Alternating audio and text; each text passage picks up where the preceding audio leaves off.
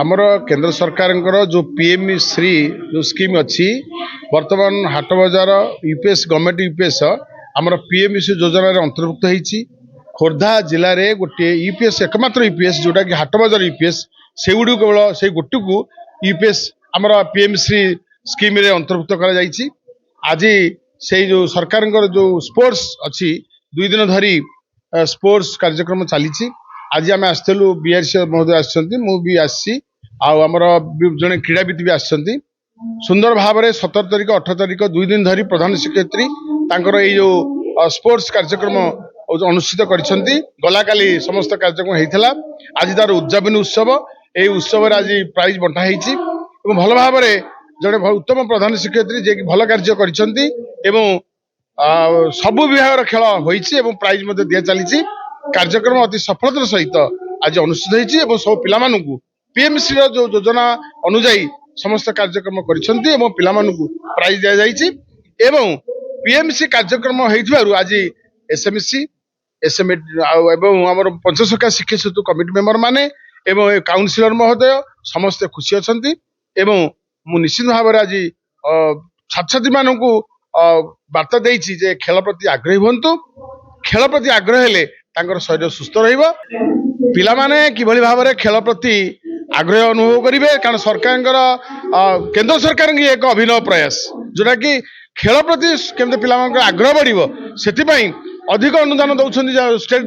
यो खेल हवापाई तेणु पिला माने अधिक खेल प्रति केमती आग्रह रहिबो सेतिपई अभिनव प्रयास सेतिपई ए सरकार प्रोजेक्ट 2025 क्रीड़ा पुरस्कार वितरणी उत्सव पीएम श्री उच्च प्राथमिक विद्यालय हाट बजार तरफ आयोजन करा जायछि एथिरे आंब स्कूल विभिन्न श्रेणीर छात्र छात्री माने अंशग्रहण करिसेंति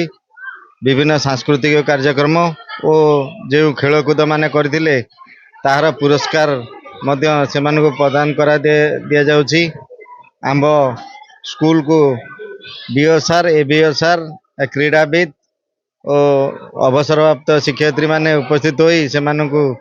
संबर्धना जणाइथिले एवं उत्साहित करथिले आम विद्यालय प्रतिवर्ष भली ए वर्ष मध्य सुरुखुरु रे भल भाव में आमर पुरस्कार वितरण उत्सव पालन करा जाउछि आम जिल्लार जोड़ा गर्व आम ब्लॉक रो गर्व आम पीएमसी भाव में गोटे मात्र एलिमेंटरी स्कूल मान्यता प्राप्त पाई सरकार जो पीएमसी योजना अच्छी अंतर्भुक्त होती सरकारी उच्च प्राथमिक विद्यालय हाट बजार मुझे स्कूल रे 17 वर्ष काल शिक्षयित्री भाव में कार्यरत थी आज भाई गर्व लगुच स्कूल को आसिकी जहा हो मो स्कूल आज जिले में गोटे मात्र स्कूल जी पीएमसी योजना अंतर्भुक्त होती तो पीएमसी योजनार उद्देश्य हूँ पिला केमिति गोटे मॉडल स्कूल आजिकल आम समस्त जाने पिला माने सब प्राइवेट स्कूल अभिमुखी होती कहीं सेठी तार चाकचक्य तार रेहन सहन तार पाठ पढ़ार तरीका सब भिन्न बा अलग आम साधारण गवर्नमेंट स्कूल अपेक्षा तो पीएमसी योजन सरकार मुख्य लक्ष्य हूँ तो यही योजन पिला माने से सुविधा गुड़िक गोटे मॉडल स्कूल रो समस्त फैसिलिटी समस्त सुविधा पिला माने केमती पाई परिबे तांकर प्रत्येक दिगर विकास हो पारिबो शारीरिक मानसिक बौद्धिक गुणात्मक शिक्षा प्रत्येक दिगर विकास पाइका लक्ष्य रखिकी ये योजना करिसेंती सरकार बा पीएमसी योजना तो तारी ऊपर आज कार्यक्रम वार्षिक क्रीड़ा पुरस्कार वितरण उत्सव 2 दिन धरिक अनुष्ठित कराइतला काली समस्त प्रतियोगिता प्राय 45 टी हमर प्रतियोगिता करा जायछि सेतिरे sub junior junior senior group अछि सैक रेस अछि 100 मीटर 200 मीटर रेस अच्छी छुची सूता दौड़ अच्छी आलू चामच रेस अच्छी शॉर्टपुट डिस्कस थ्रो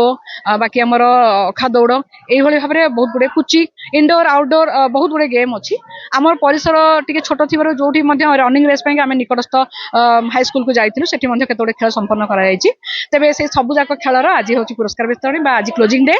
आमर आज उपस्थित थे अतिथि मुख्य अतिथि थे आमर गोष्ठी शिक्षा अधिकारी बीओ श्रीयुक्त योगेश चंद्र सामंत सिंह बीआरसीसी उपस्थित थे सम्मानित अतिथि भाव में आम पूर्णचंद्र बेहेरा तत्सहित ए क्लस्टर सीआरसीसी आमर क्रीड़ाविद जी इंटरनेशनल क्रीड़ाविद भाव में ए चैतन्य कुमार से आज पाखे उपस्थित रही पिला दिग्दर्शन देते केवल शिक्षा नुहे स्वास्थ्य सहित क्यारियर गठन करने स्पोर्ट्स से दायित्व भूमिका रही जोटा सरकार उपलब्धि कर बोध हुए पीएमसी योजन गोटे खेल ର ଗୁରୁତ୍ୱ ଦେଇଛନ୍ତି ପିଲାମାନଙ୍କୁ ପ୍ରୋତ୍ସାହନ ଆଉ ଗୁରୁତ୍ୱ ଦେଇକି ସେଇଥିରେ କ୍ୟାରିୟର କରିବା ପାଇଁକା এই ଯୋଜନାଟି କାର୍ଯ୍ୟକ୍ରମ କରିଛନ୍ତି ତେଣୁ ଆମେ ଆମ ବିଦ୍ୟାଳୟ ତରଫରୁ ଆମ ବ୍ଲକ ତରଫରୁ ଆମେ ସରକାରଙ୍କୁ ଧନ୍ୟବାଦ ଦଉଛୁ ଯେ ଯାହା ହଉ ଆମକୁ ବାଛିଛନ୍ତି এই ସ୍କୁଲକୁ ବାଛିଛନ୍ତି এই ପିଲାମାନଙ୍କୁ ସେ ଗୁରୁ ଦାୟିତ୍ୱ ଦେଇଛନ୍ତି ଏ ପିଲାମାନଙ୍କୁ ଆମେ ଚେଷ୍ଟା କରିବୁ ଆମ ପିଲାମାନେ ସମସ୍ତ ଦାୟିତ୍ୱକୁ ଭଲ ଭାବରେ ନିଷ୍ଠାପର ଭାବରେ ତୁଲାନ୍ତୁ ଶିକ୍ଷକ ଶିକ୍ଷୟିତ୍ରୀ ମାନଙ୍କ ଆଜି ଶିକ୍ଷକ ଶିକ୍ଷୟିତ୍ରୀ ମାନଙ୍କର ଆମ ଦାୟିତ୍ୱ ରହିବ ଯେ ଆମ ପିଲାଙ୍କୁ ଆମେ ଟୁ ଦି ବେଷ୍ଟ